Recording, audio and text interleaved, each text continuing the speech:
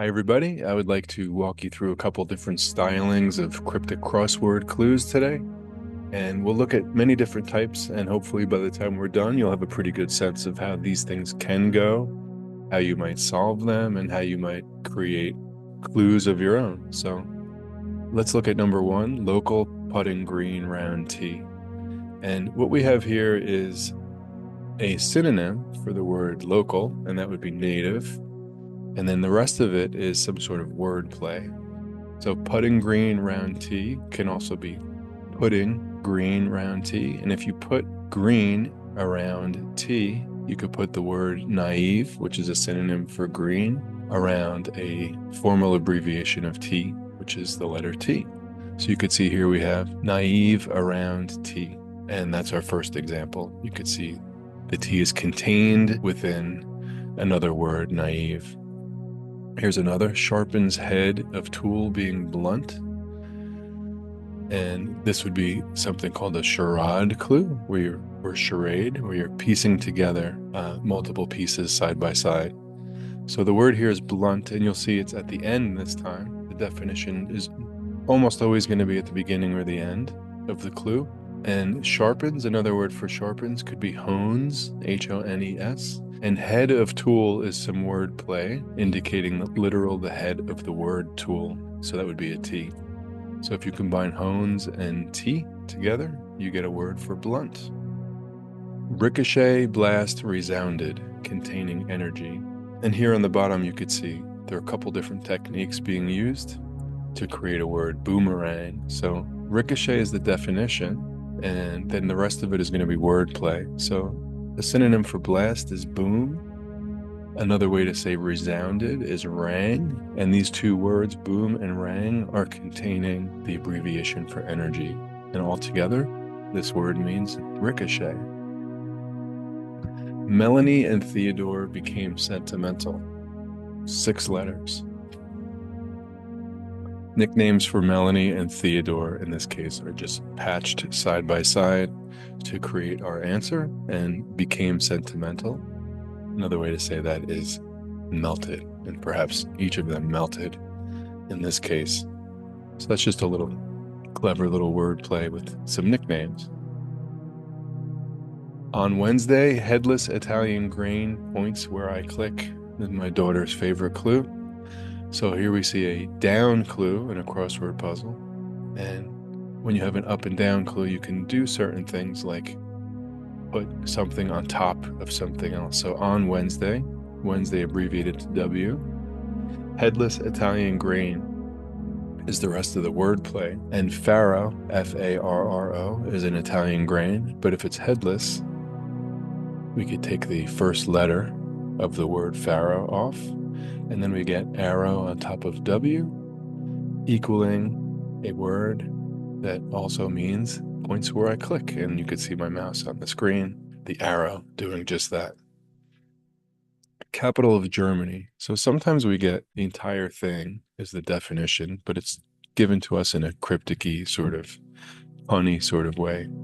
And another way to say capital is to say currency, and the currency of Germany is the euro. So many people would guess like Bonn or another German city here, but this is total misdirection through the word capital. Did he have spelling lessons? So here we see another example of a cryptic definition with misdirection, hinged on the word spelling. Can you explain it to yourself?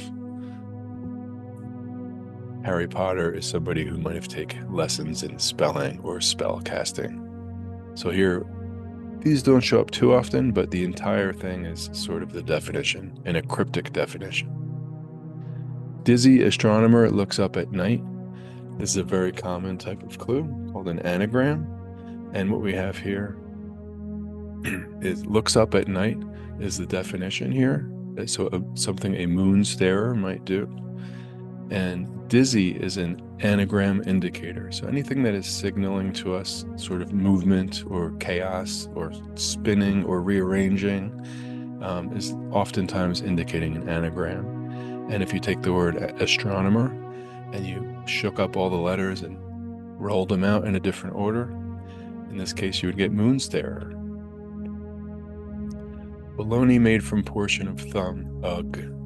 Here's another type of clue called a hidden word clue. And in this case, baloney is the definition. Another way to say baloney is humbug. And it is just about a week away from Christmas. So it's seasonal, this clue. Made from portion of thumb. So humbug is also made from portion of thumb. So it comes from a portion of a piece of thumb ugh. So within thumb ugh, we get actually a word that's hidden in there, and you could see humbug hidden inside thumb ugh. Book price brought about argument. So this one has a reversal in it and an abbreviation. And you could see book can be formally abbreviated to B. I forget off the top of my head which organization would use that abbreviation. I'll have to look that up. Maybe I'll add it to the notes. And then price is the next part of the word play. And if price is brought about, we're looking for a synonym for price that is literally brought about or turned around. And here we see the word fee. So B for book combined with fee backwards gives us a word for argument, beef. Old revolutionary talked at length. And here we see another reversal clue. And can you see it? Talked at length is another way of saying went on. And then old revolutionary, if you take the word old and you make it revolutionary or reversed, then you get not new. So not new is another way of saying old. And this is how we get to went on or talked at length. Grade composition. So here's a new type of clue called a double definition. And in this case, both words or both parts are synonyms or definitions for the word in question. So if you grade something, you are scoring it. And another word for composition in a film is the score. That's a double definition. Climbing in slow-mo, deer feels liberation. So here's another one where we get climbing, which can be used in a down clue. And there are certain things going on here. Within slow-mo, deer feels, we get a backwards hidden word. So starting with the F in feels, R-E-E-D-O-M is freedom, which is another word for liberation. Penny pincher told to enjoy. So this is going to be a homophone clue, and we have penny pincher told to enjoy.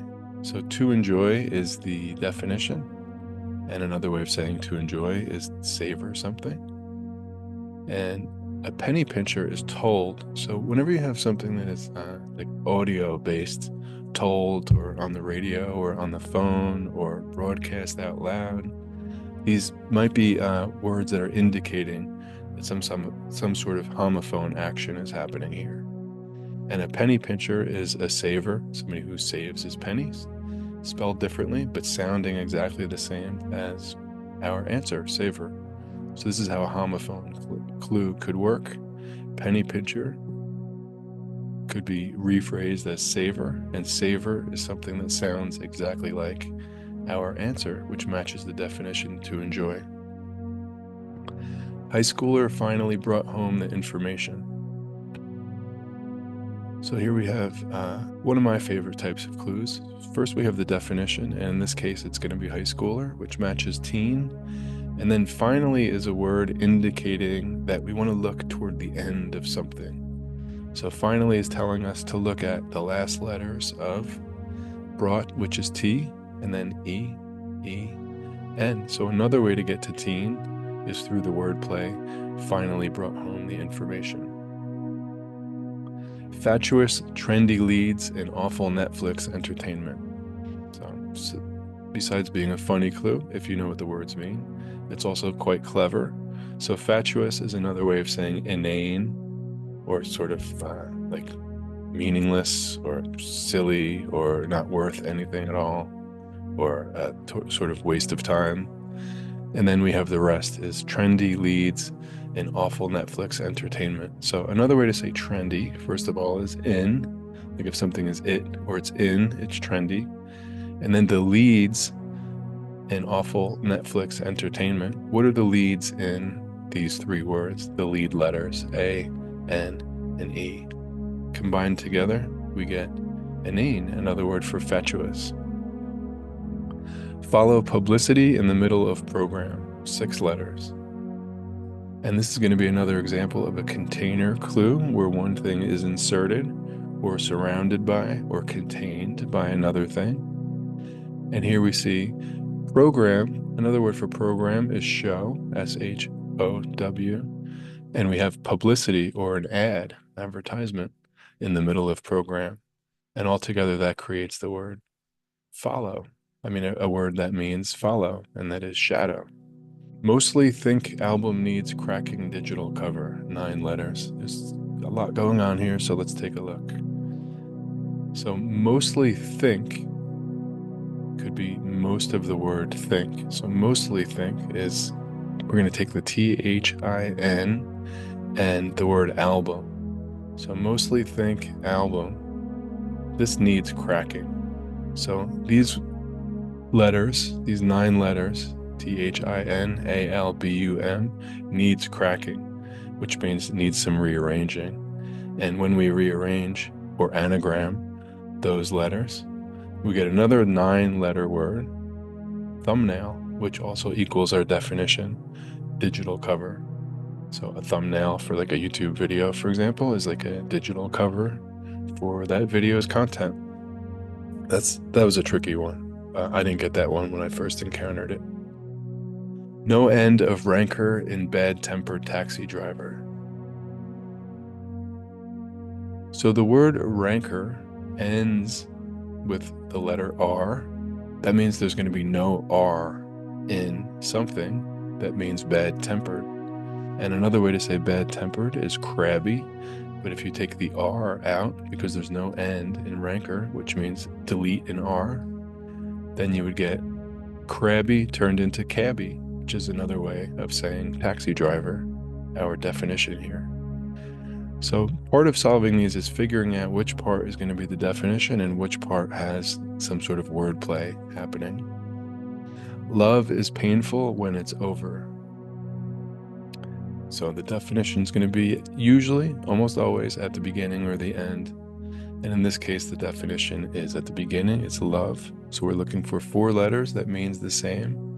And this one's a little bit tricky because the wordplay is happening with a synonym for painful flipped upside down, or when it's over. So if you take the word sore and you turn it over, you get eros, which is the mythological equivalent to love. And then one more, this is a different type called a Spoonerism. And Reverend Spooner is somebody who became famous for sort of committing accidentally, or perhaps sometimes on purpose, this type of verbal faux pas. So his cheerful enthusiast can also be his merry fan. And if you are cheerful, you're merry. If you're an enthusiast, you're a fan. But what Reverend Spooner would often do, accidentally or perhaps on purpose sometimes, is take the 2 opening sounds and switch them. So here we get merry fan turning into ferryman, and a ferryman is someone who will get you across. And I think that's enough for now, but this gives you a nice wide range of different types of clues. It gives you a sense of how these cryptic clues are generally constructed, often with the definition on either the beginning or the end of the clue, and then the remaining words forming some sort of wordplay, be it a Spoonerism or anagram or a hidden word, reversal, some kind of container, deletion or insertion of specific letters or specific parts. There's a whole bunch more, but this was just meant to be a good start.